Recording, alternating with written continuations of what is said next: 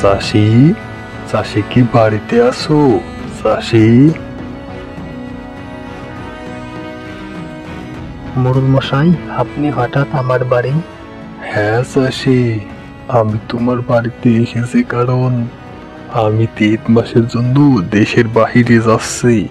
পশ্চিম মাঠে আমার যে কুমড়োর ক্ষেত আছে, ওই ক্ষেতের দায়িত্বটা আমি তোমাকে দিতে চাই। আমি ফিরে না আসা পর্যন্ত তুমি ক্ষেতের দেখাশোনা করবে, আর কুমড়োগুলো বিক্রি করে যে টাকা পাবে 3 ভাগ করে 2 ভাগ তুমি নেবে, আর 1 ভাগ আমার জন্য রেখে দিবে। আচ্ছা মোড়ল মশাই, আমি আপনার কুমড়োর ক্ষেতের দায়িত্বটা নিলাম। আপনি নিশ্চিন্তে দেশের বাইরে যেতে পারেন। চাষি, তোমাকে অনেক ধন্যবাদ। আমি তাহলে আসি।